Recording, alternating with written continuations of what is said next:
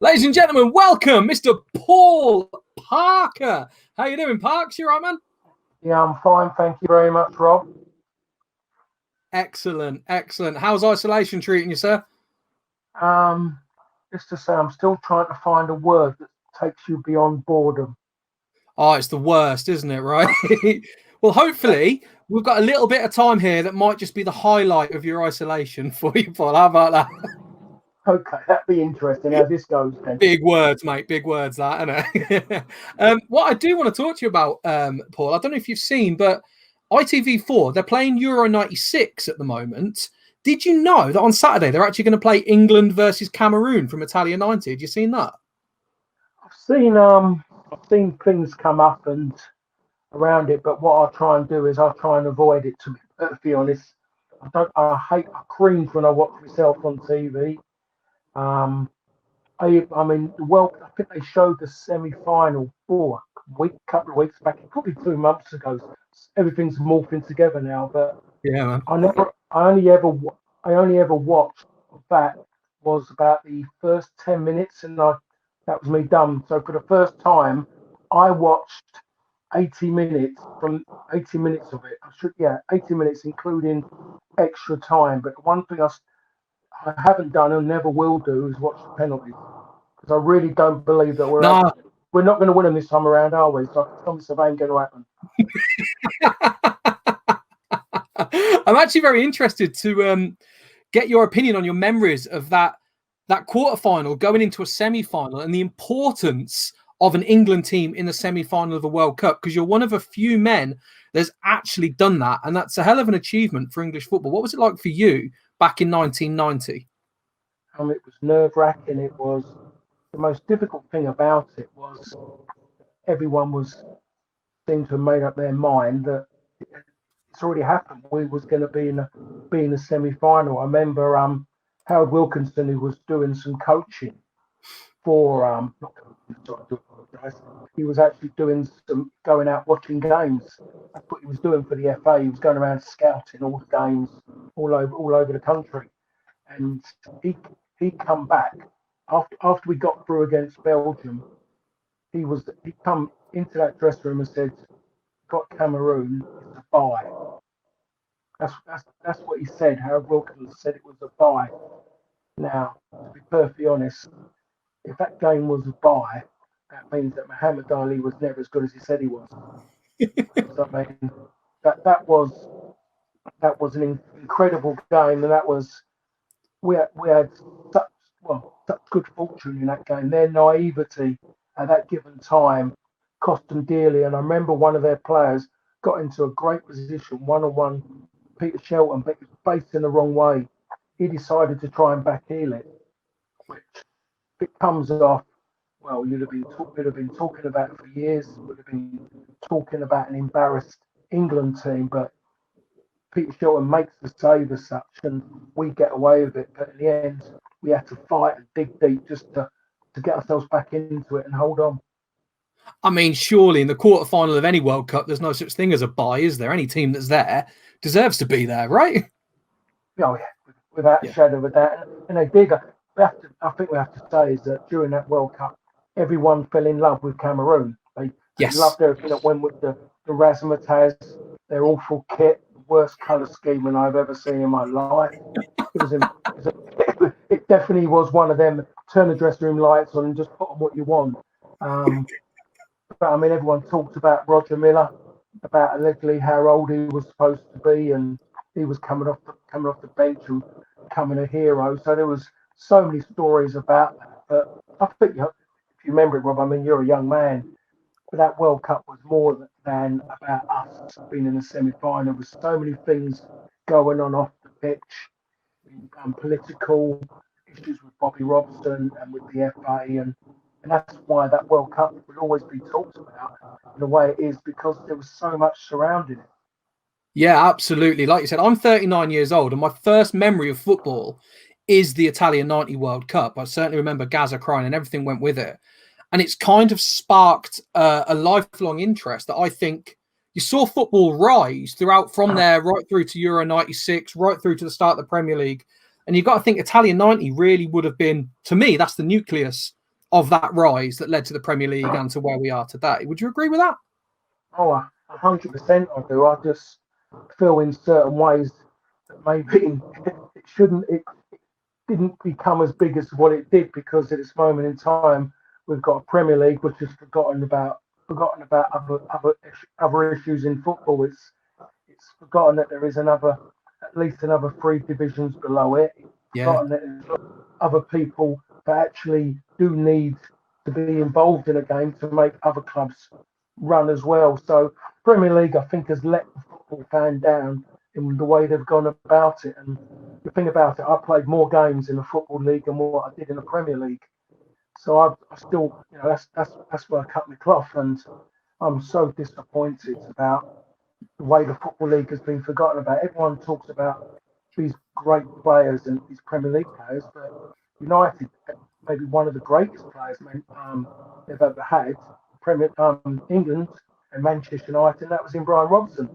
He doesn't get a mention because he was only involved in one season in the Premier League, and no one talks about him being a great midfielder. All these other ones keep popping up, and do you know what? I was just about going to say, I was pulling my hair out, and I thought, was a wake up a minute, Paul. You've got no hair, but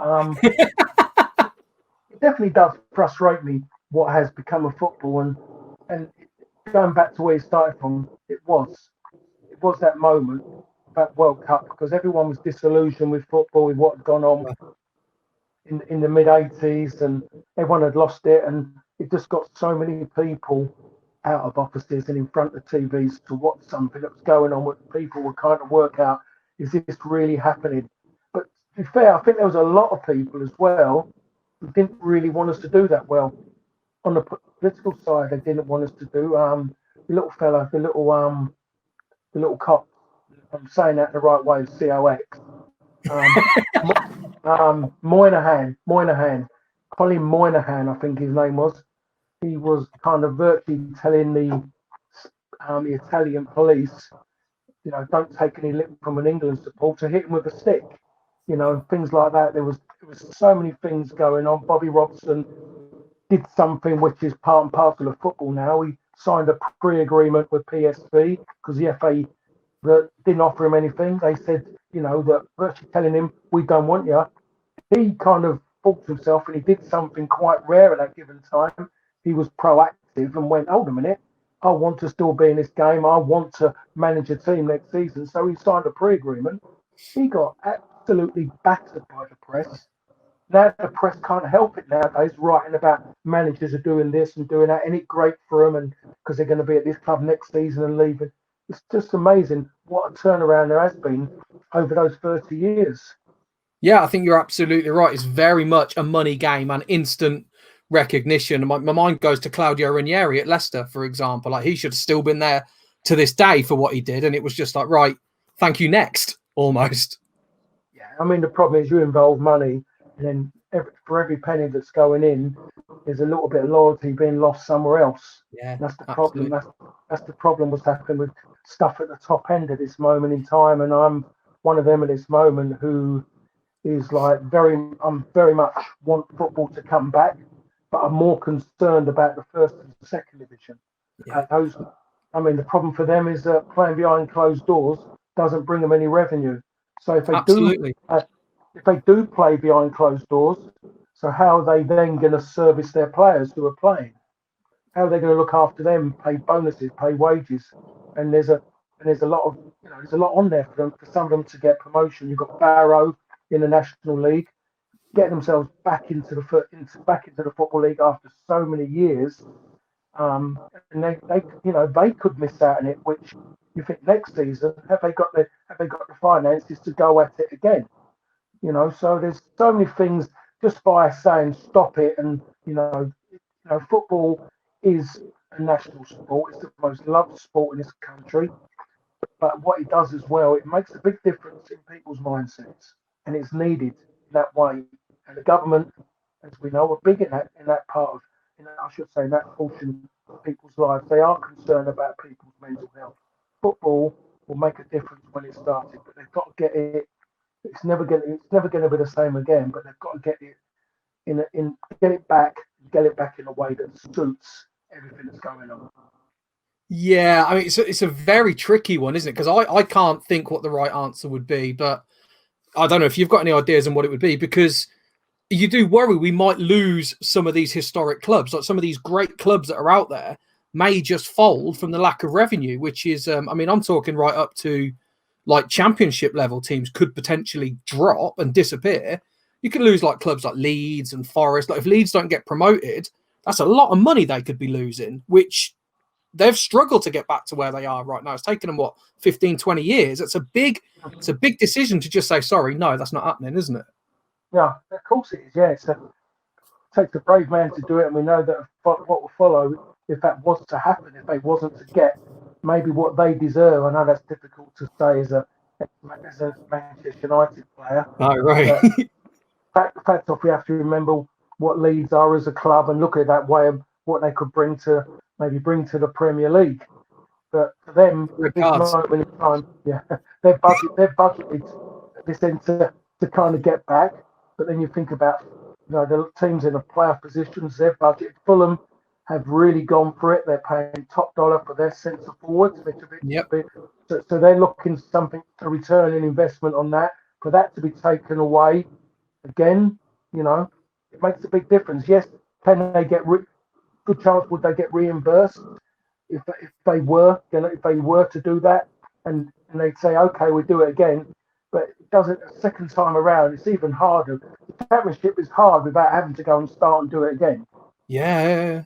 I was saying the championship as well, I would say, is probably even harder, to be honest with you. Yeah. It's a tough league.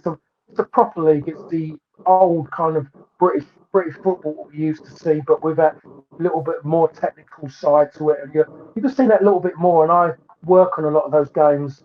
Co-comment them. I do Premier League. I do a lot of Premier League. And every time I go to a championship game, I relax and I seriously enjoy it, because I'm watching 90% of those people on the pitch want to be men. They haven't really been tarnished and into that kind of mode of rolling around on the floor and all that, getting tackled and someone touches them and they fall over, because they're all body beautiful, all these players. They want to show off their muscle, but it's amazing how many times they get touched and they fall over. Thank goodness that everyone's got to be 2 meters away when they go around supermarkets, because otherwise they'd be falling over all those trolleys knocking them over. Well, they can't have a black eye for Instagram, can they? That's exactly right. So I knew there was a method in the madness. It was there you go, man. Keep a lot of Premier League players on their feet in supermarkets, 2 meters distance away from trolleys. Fantastic. You're a good man. I want to change tact a little bit, and I want to ask you a question, because you played football under two of the greatest British managers of all time. You've got Sir Alex Ferguson and Sir Bobby Robson. To me, they are two great managers, but they're chalk and cheese in their approaches. What would you find the big difference between both those two greats was? I think we have to remember that one of them was an international manager. So there's a different way of managing players at international level. You can't have your foot on the gas at them, because they've been getting that week before and months before and years before. So you have to kind of, I think, pat them down and make sure they're all okay. And Bobby Robson was so good at that, really, really good at that. He knew how to be an international manager, with players coming in from all over the place at different hours, different days. Players coming in where their managers have said, don't train this day, just turn around and say you've got a knock, and he had to go with it, but bite his tongue. But it would show you in his face he was upset. Bobby Robson. He could never have gone to Vegas. If he'd have gone to Vegas, he'd only come back in the vest in his underpants, because he had so many tells. He had so many tells, Bobby Robson, because he was such an emotional man. And I was very lucky to have played with both. And great words they use there, chalk and cheese, because Gaffer was something which I thought I was with a tough manager prior to him in Jim Smith when I was at QPR. Jim was a great man, and everyone who's played for him loved playing for Jim Smith.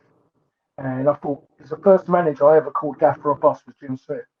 a lot of Londoners and team. Every manager we called by their names. We never said that. So when I got there was this man from Sheffield, and virtually I just walked in, and lucky enough, someone said, I think, Gaffer to him. So I knew straight away. So I didn't, otherwise, if I'd have gone it, I would have said Jim, and it could have been a bad start. But Bobby Robson's great strength was, I don't think he meant it, but he wanted to do it for him because of the way he was. He knew how much it meant to him.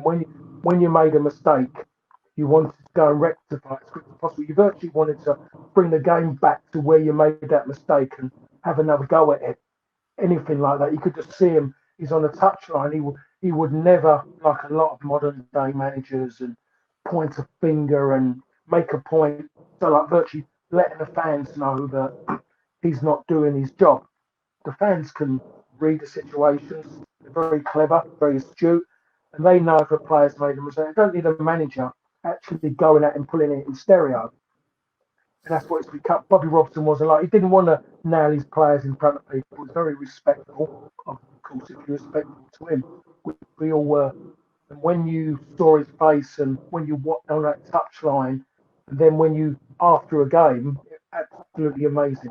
When everyone talks about Jurgen Klopp going around and covering all his players, and Bobby Robson was doing that years ago. Most of you are now seeing him on TV now during that World Cup. He was doing it, and people was like, "Wow, let's go!" You could see players doing it, and it wasn't one of them who come up to you and you go, "Oh, don't, please stop this man hugging. It's not my scene, not my scene." Bobby Robson did it, and you wanted to do it back to him. You saw the way Gazza was with him and things. He was an absolute incredible man. My disappointment is that I never got the opportunity to play for him at club level. So to have played for him and Sir Alex at club level, I think that would have been great. At international level, it was, and being around, because I was around him for a long, long time, because Bobby Robson respected an England cap. Yes. He wouldn't just give them away. I went there and I sat in the stand for 3 games, so that was about 6 months lost. Then I sat on the bench. I had so many number 12s. It was incredible. Shirts didn't get on. Took me a long time to get on, and then going into that World Cup, I had 15 minutes of competitive football behind me. 15 minutes I had before I went into that game against Holland. That's all I had behind me. Bobby Robson's ethos was that you join a squad, you watch, you understand international football because it's different from club football, and then you watch it in the stand, and then you come down and you watch it from the bench, and you listen and learn. And I found out after playing that 15 minutes against Albania, perfect. We were, I think, 3-0 up at that given time when I went on, 3 or 4. I think, if I remember rightly, Cameroon and Gazza scored a goal as well.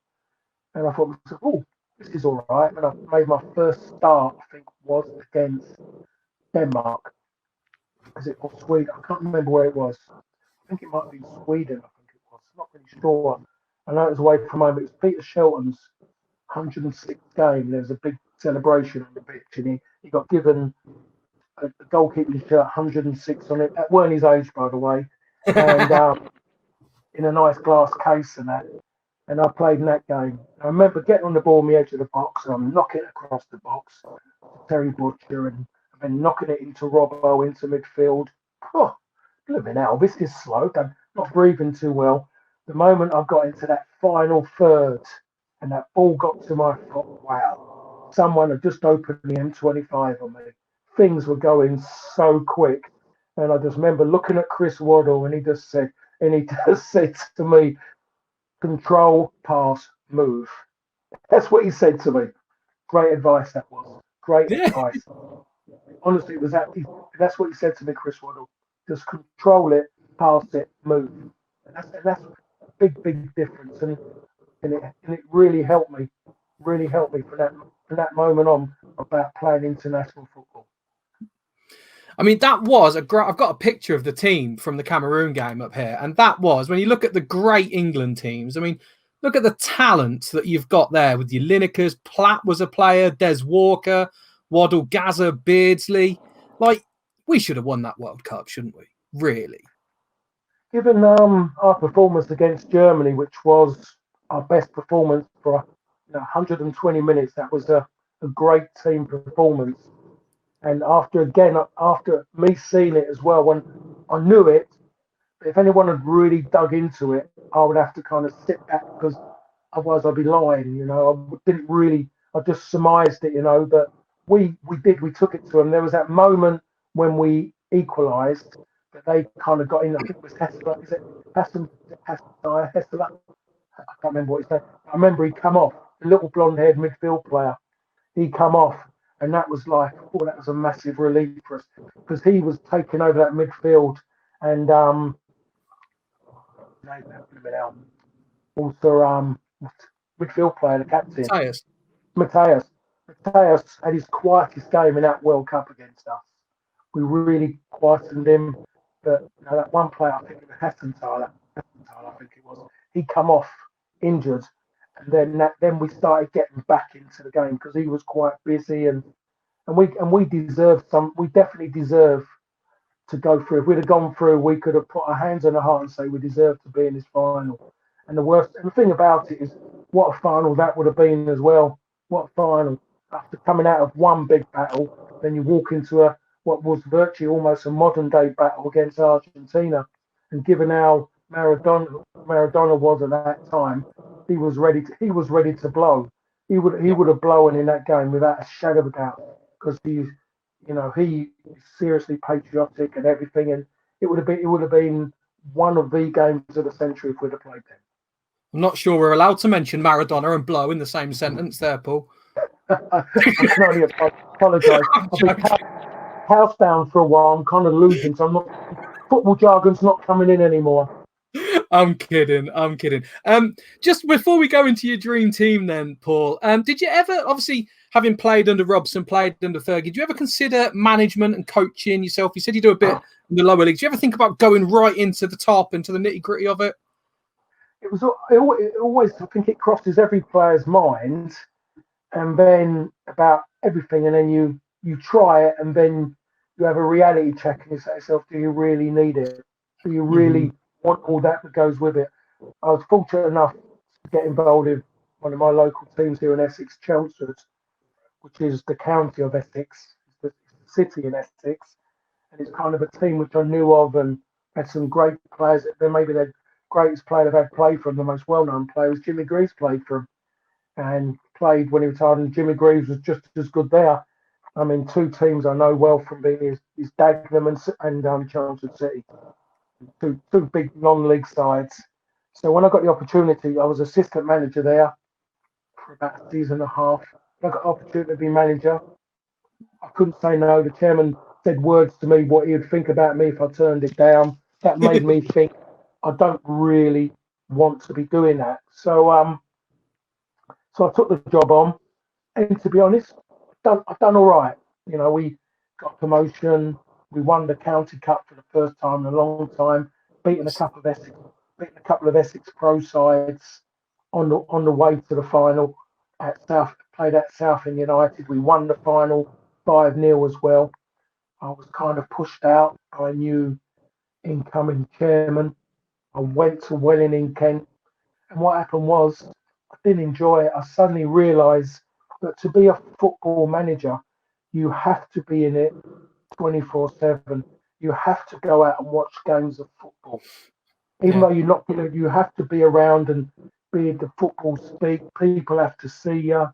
And I didn't want to do that. I wanted to be at home. I quite enjoyed sitting at home and watching a bit of TV. I'd like me a bit of Midsummer Murders and things like that. I didn't want to go out every, Tuesday, Wednesday and watching games. And if I had training on a Tuesday and Thursday night, that's fine. But to go and watch games, and then on Saturday, I kind of lost that drive. And what I done in the end was I went and saw the chairman of Welling, Graham Hobbins. Sadly, he's passed away now. Went and saw him, and I just said, I'm not enjoying it. And he said, we'd lost the game the night before. I said, I'm not enjoying it. I don't feel if I'm giving it 100%. If I'm not doing it, I'm letting those players down. I'm letting my assistant down. My assistant with me at the time was Liam Daish. Okay. Coventry, Birmingham, Portsmouth, Republic of Ireland international. So I got myself a big mind as well as an assistant. And Liam had previously done a fantastic job as a manager at Havant and Waterlooville. And I just turned, and he goes, "Well, go away and think about it, Paul." And I said, "All right." Got up in the morning.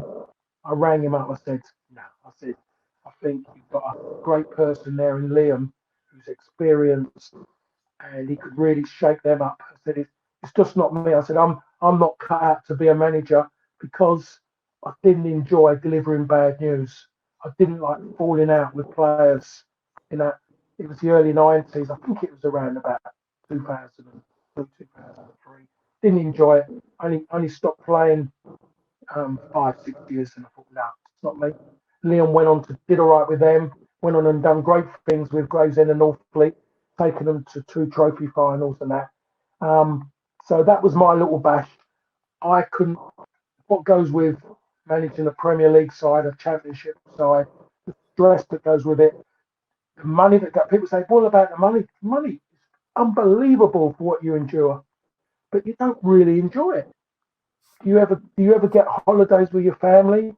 If you do get a holiday, people see you, and then you come back, you lose your first 2 games. Someone's going to start saying, "Oh, well, he was on holiday enjoying himself. He should have been in the office doing this and that." It's not. It's not the job that people think it is.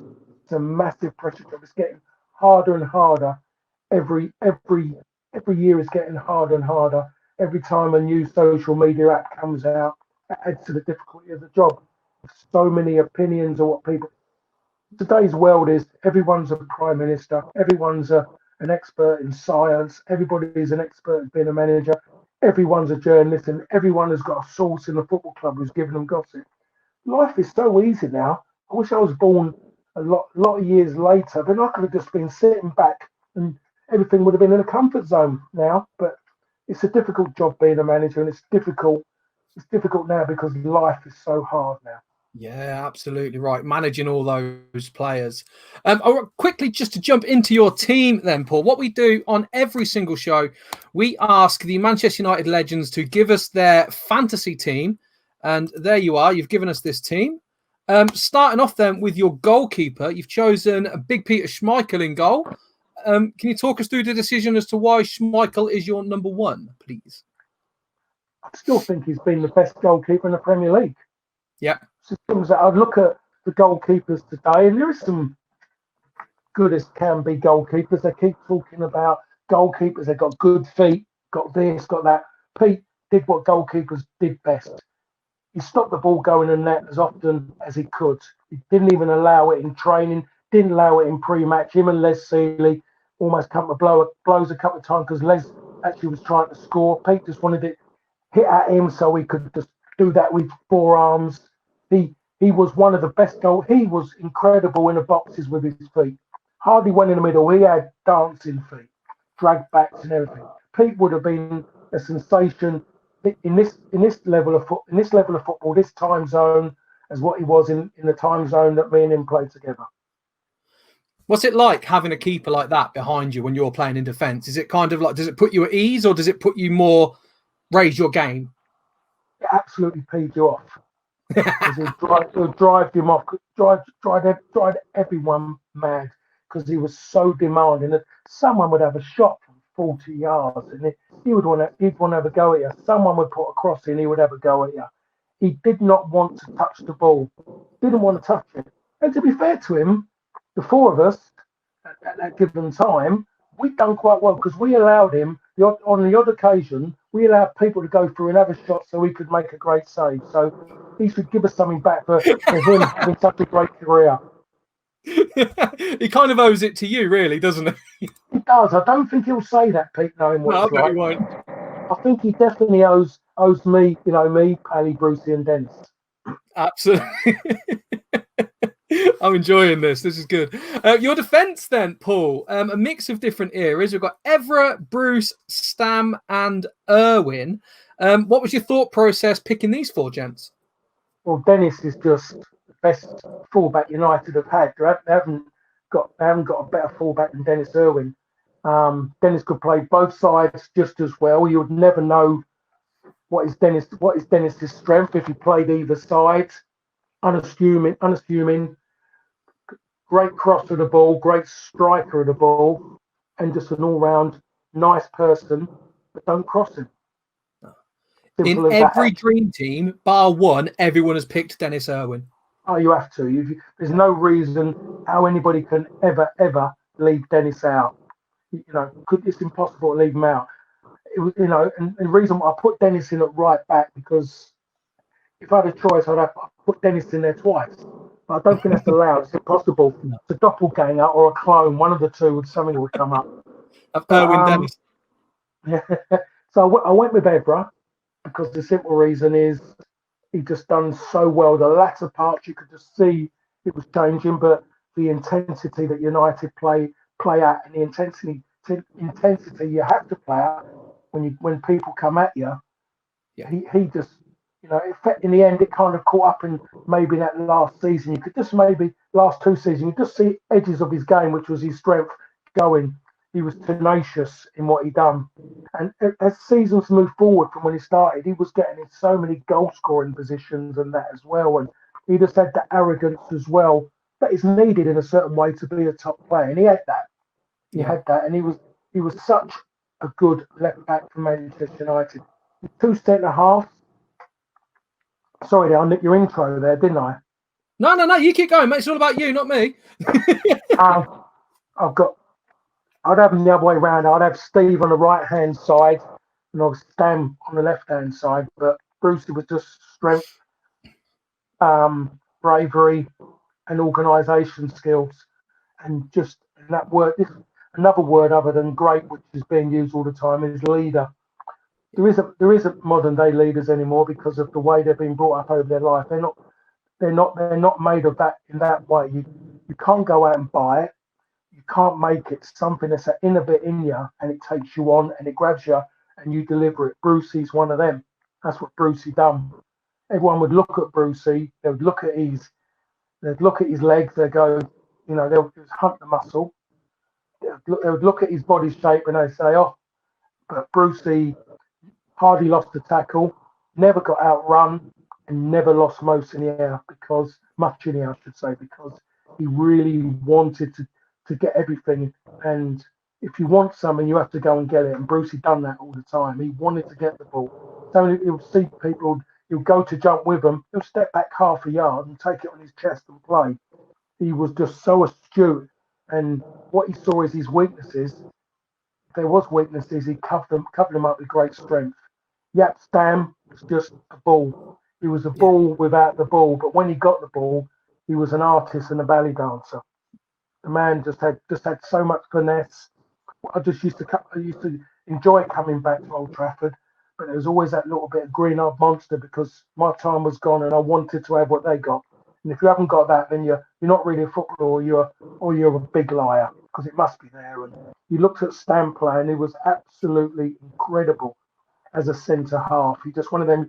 You knew what he was, but if it had been back 20 years, if he'd been back 20 years, he would have been in there not going through brick walls, as they say. Yeah. But he could still do that in the 90s, and he could do it in the 2000s. But the difference was though that he had that other side, that Dutch technical side, that Dutch mentality to go out and play football as well. And he was a leader as well in the way he played. You don't always have to shout and scream to be a leader and point. People mistake that as leading. No, people call that impersonating a footballer when you're doing that. You just a presence can make a difference as well. I think that's absolutely right. Yap Stam he forged his legacy at Man United. He was only there for 3 years, wasn't he? But he seems to have just forged this all-time great legacy, which is real testament to him.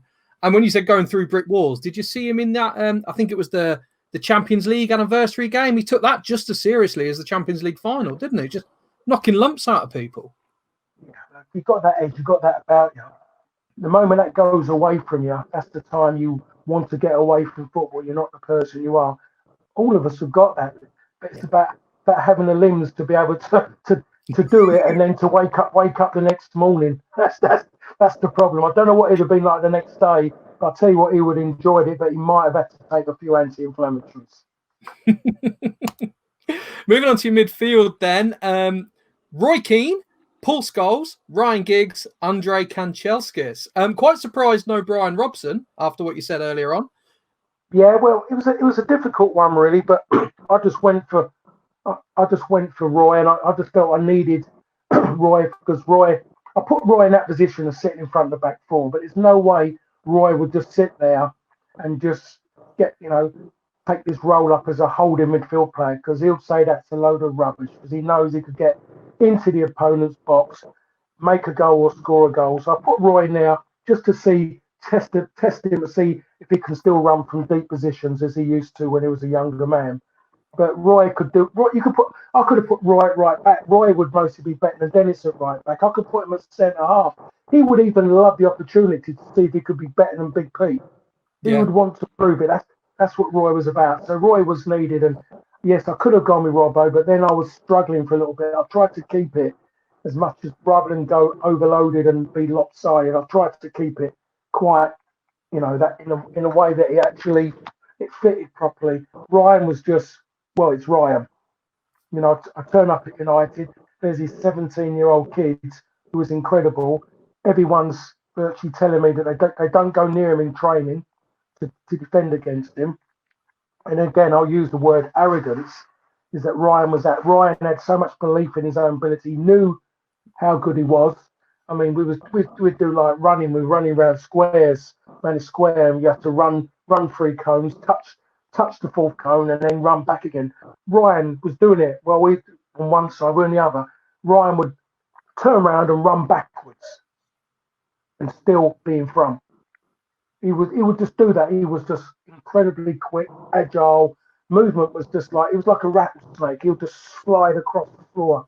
He was incredible. So Ryan has to be in anybody's Manchester United team. You could never leave him out.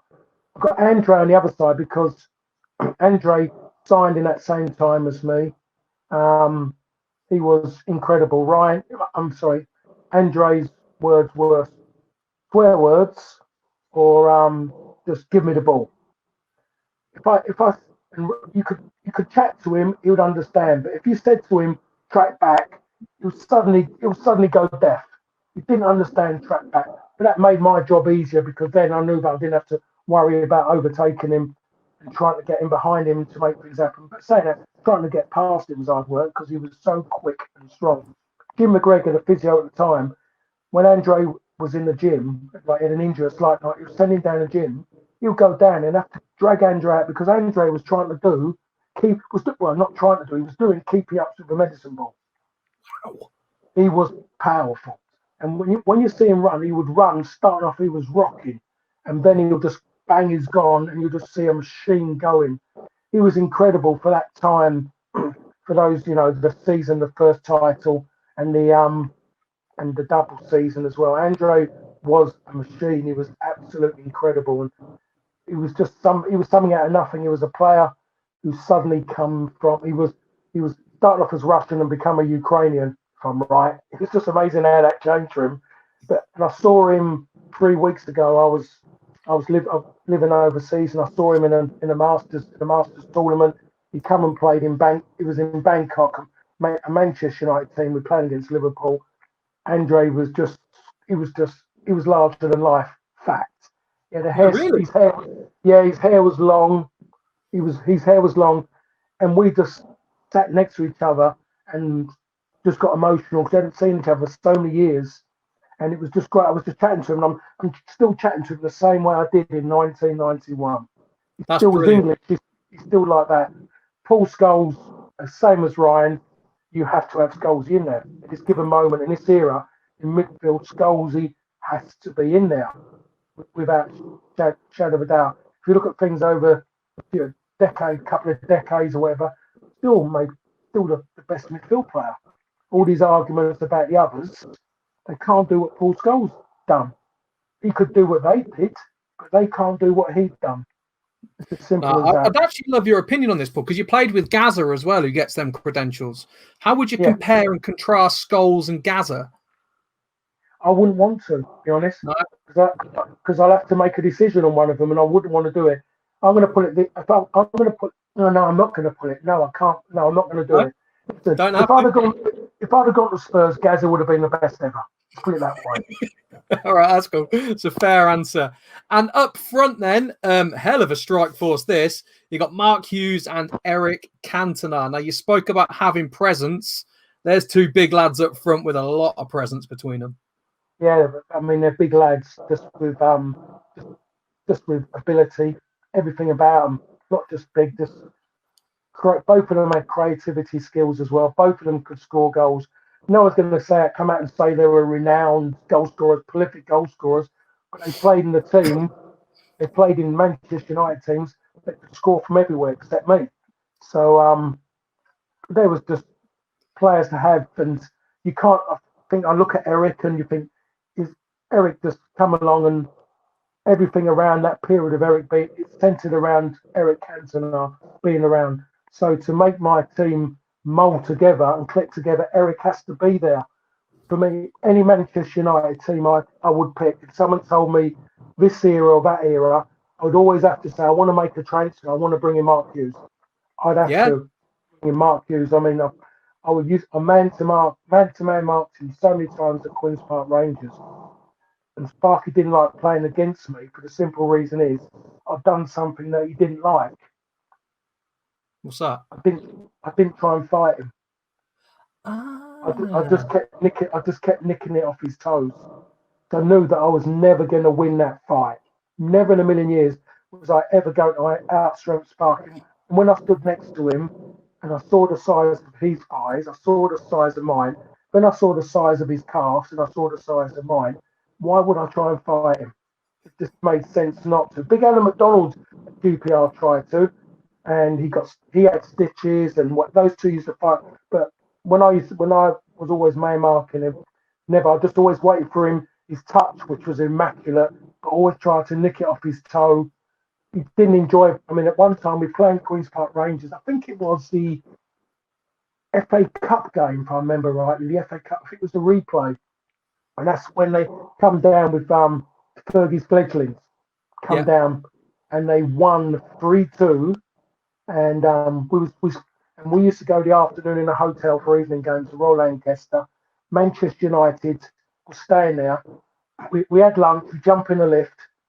Jumped in the lift. Brucey and Sparky are in the lift. So even me, I'm like that. Wow, it's Mark Hughes. Wow. Just looking like that. That's how I was. It was just one of them. Still unbelievable to me that I'm going to live with Mark Hughes.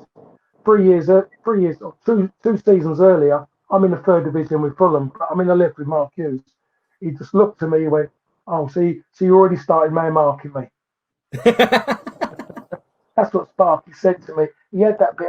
He had that edge about him that will say a few words and he could just like so sharp and he'll just kill you. But no, actually, no. The good thing about those two, they're proven.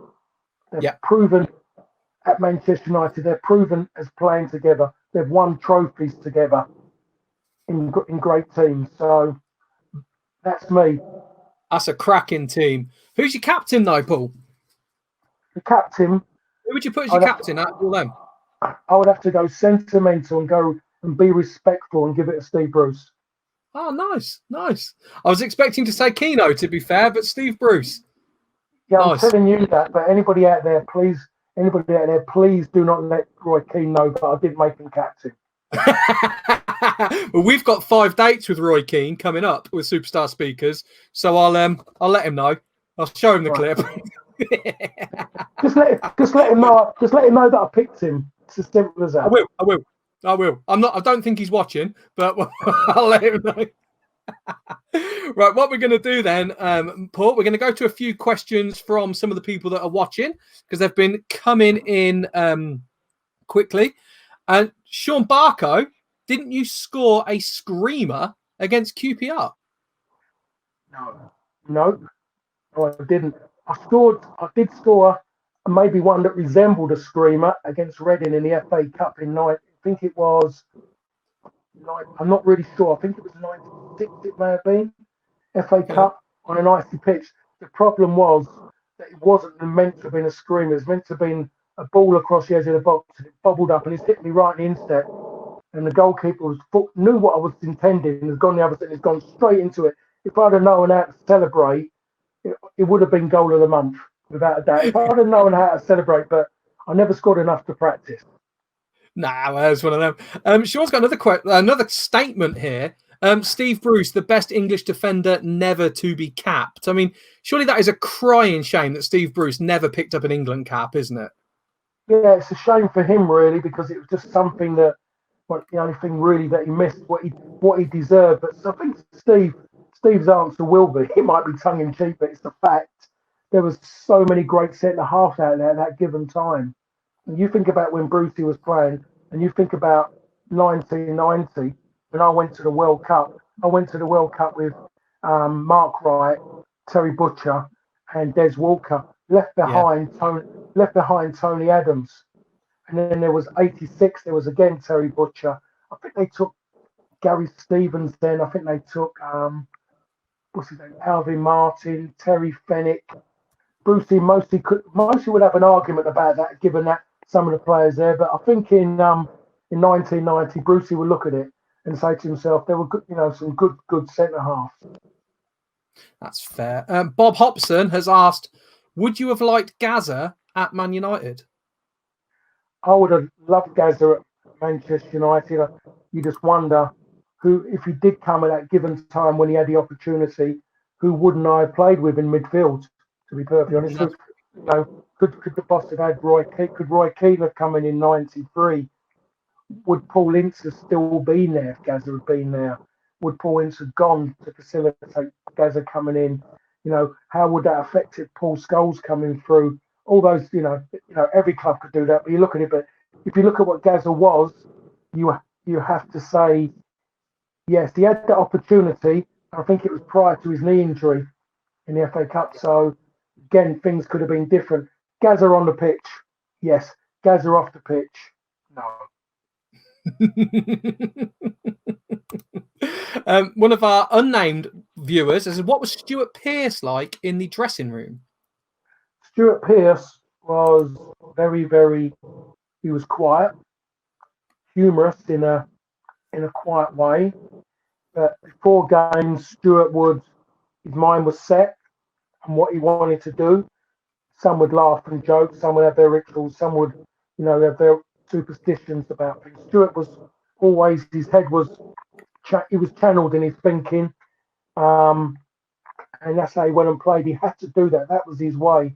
Stuart, he was set in his way. He'd always laughing and joking prior to the game. But once he got into that dressing room and after he'd done his little bit of being on the pitch, once he come in the back getting changed, Stuart was there. And I think anyone who watched Stuart play knew exactly how he was. Stuart, a bit like Sparky, would knock his grandmother out of the way to get to the ball. Stu has what is the best experience you had as a player, Paul? I've had two experiences.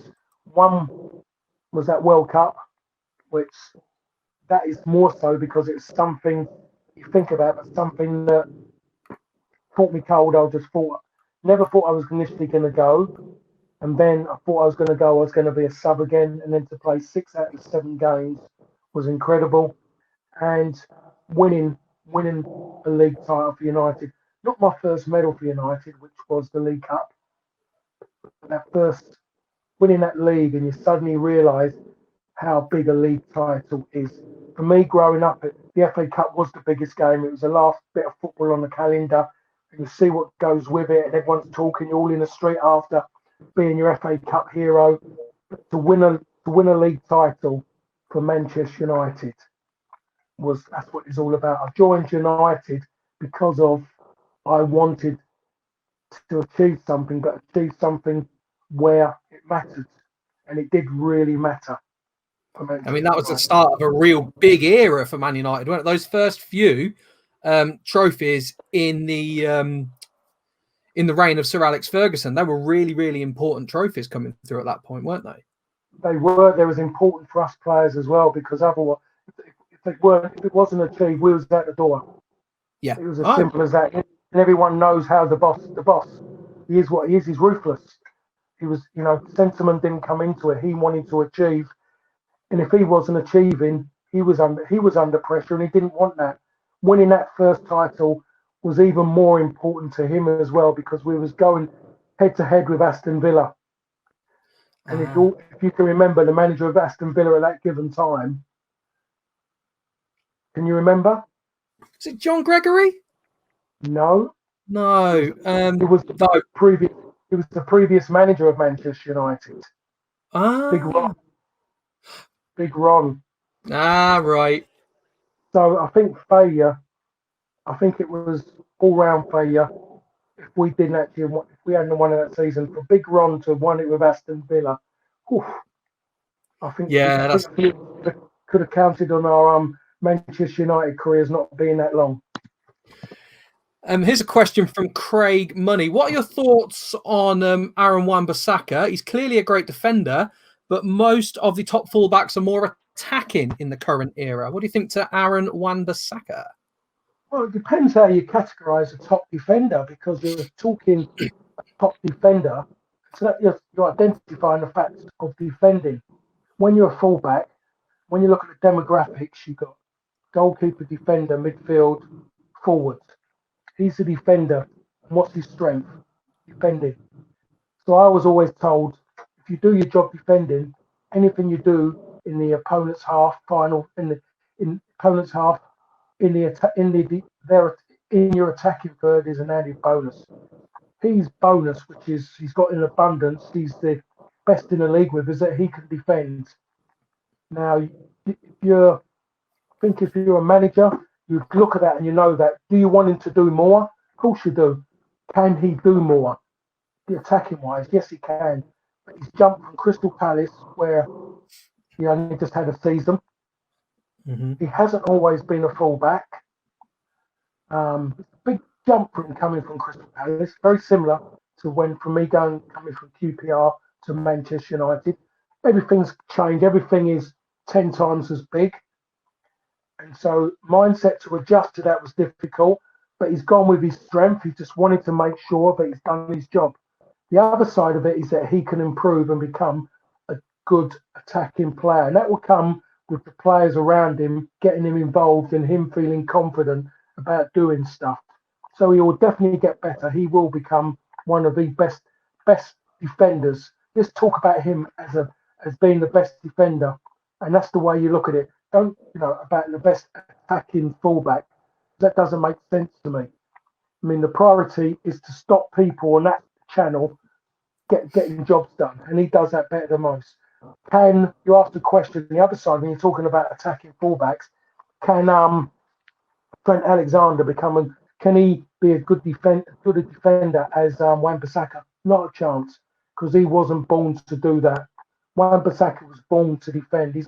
Doesn't like getting beaten. He is a fullback version of Des Walker. Does not want to get beaten. Look at the way he defends. He defends like Des Walker. He enjoys it. He's embarrassed if anybody gets in behind him and gets down his channel to put the ball in. Doesn't want it. He stops it. I love him as a defender. I loved him at Crystal Palace. I was doing the radio, BBC. Always talked about him. Always looked at him. I just wish I had those long legs. We've got a lot of viewers in Nottingham and Mansfield area, and you just mentioned Des Walker. It would be remiss of me not to ask you your thoughts on the Nottingham Forest legend that is Des Walker. What was it like playing with him and being in the same team as Des? Des was miserable. He was miserable, Des. He always had something to moan about. Always talking, had something to moan about. Just in general, he had some gripe with somebody or something, he had to moan about it. And Des would moan on a pitch about something, nothing to do with football. But all of a sudden, as you maybe go look at him, he's gone, seen the ball, and he's gone and got it. Des hated getting beaten. Absolutely hated it. And Des would chase down anybody to make sure they didn't get any joy. And that's the way it was. I played a few ex-England games with him, which were around England, Scotland, a couple of England-Germany games. And me and Des played centre half together. It was absolutely an experience to play with him, because you go out there initially and you have a little bit, you're kind of there, and he would look at you and go, "Get there, get there." You're kind of going, "Hold a minute, Des.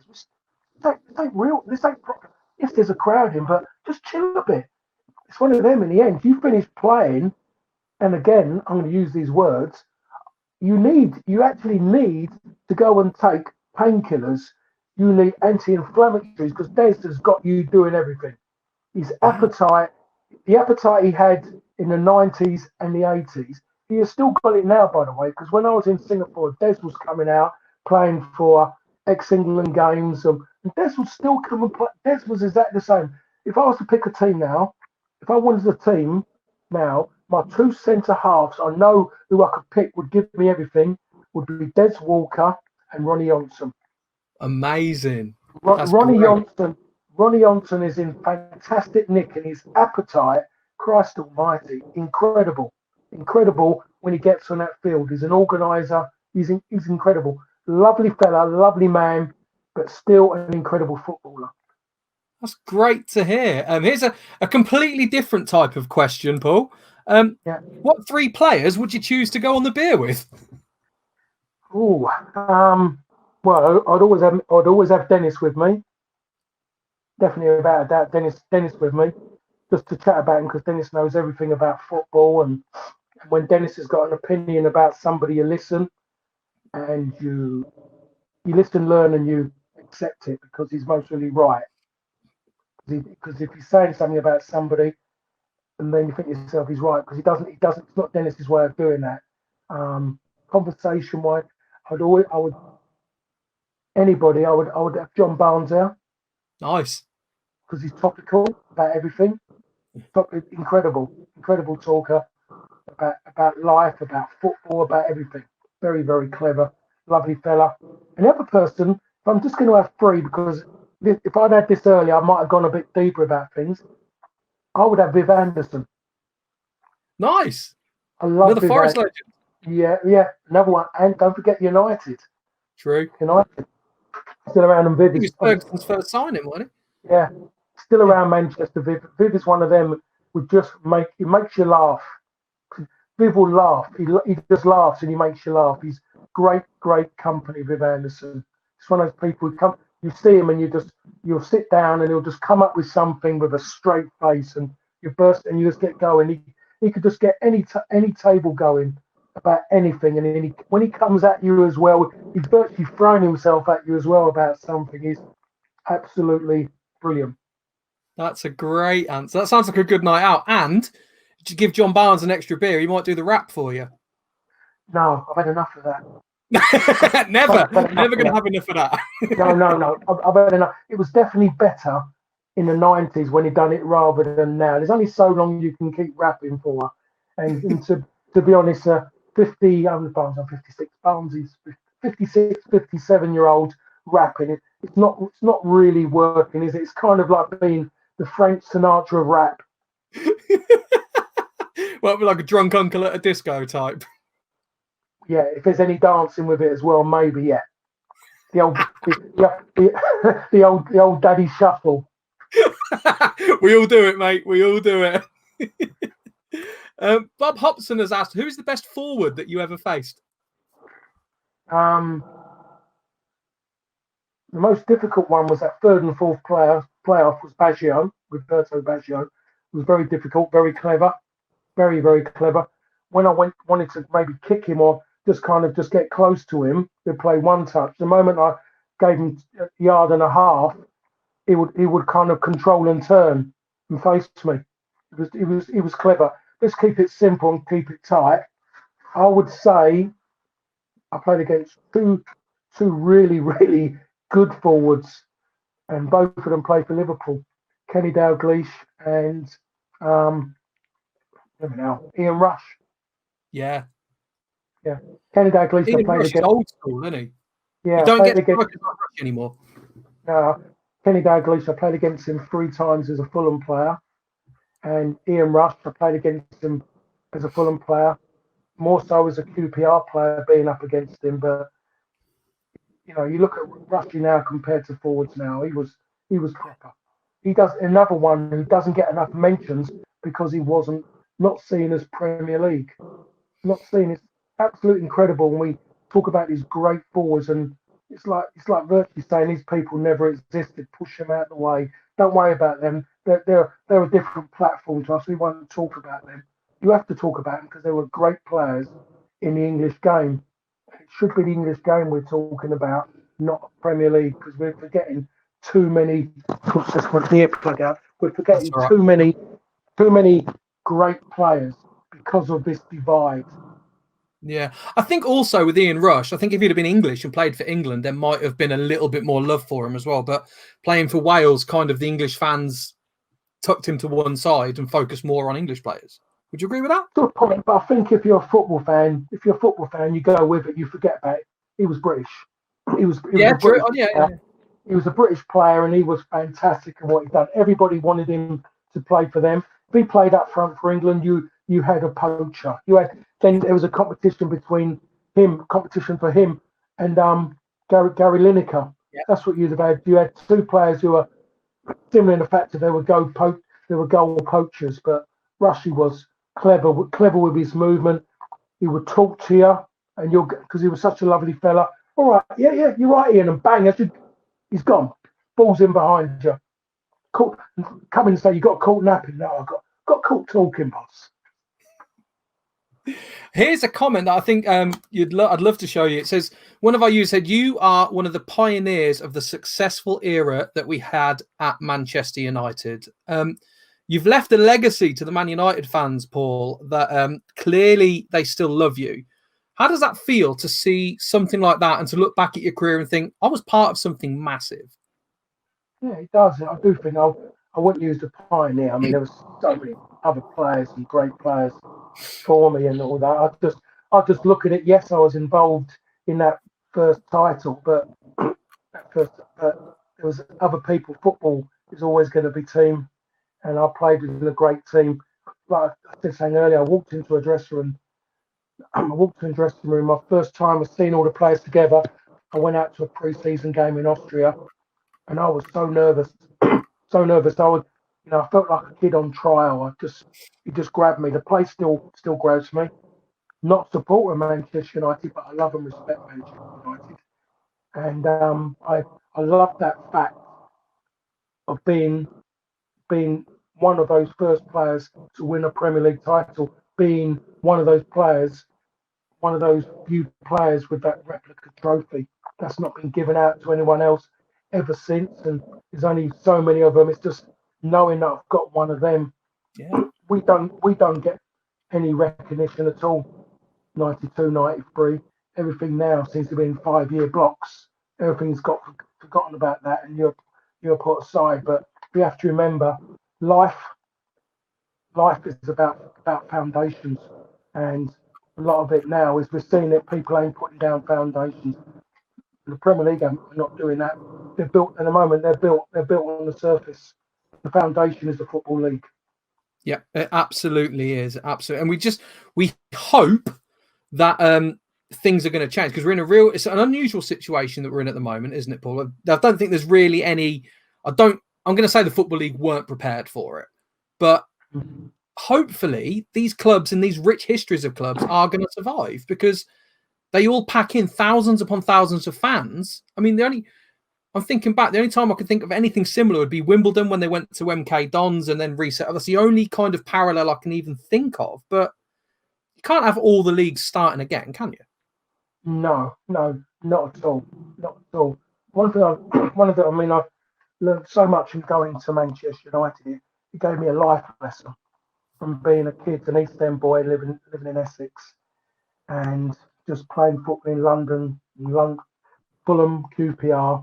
Could have gone to Tottenham before United if United hadn't come in, and just saw it differently going up and playing games. It's amazing when you go and play for a club outside of London. And I always say Northern Club. I've got to remember this club south of London, but I talk about United because it's what I know Manchester. And that you go up there and you suddenly realise that football matters.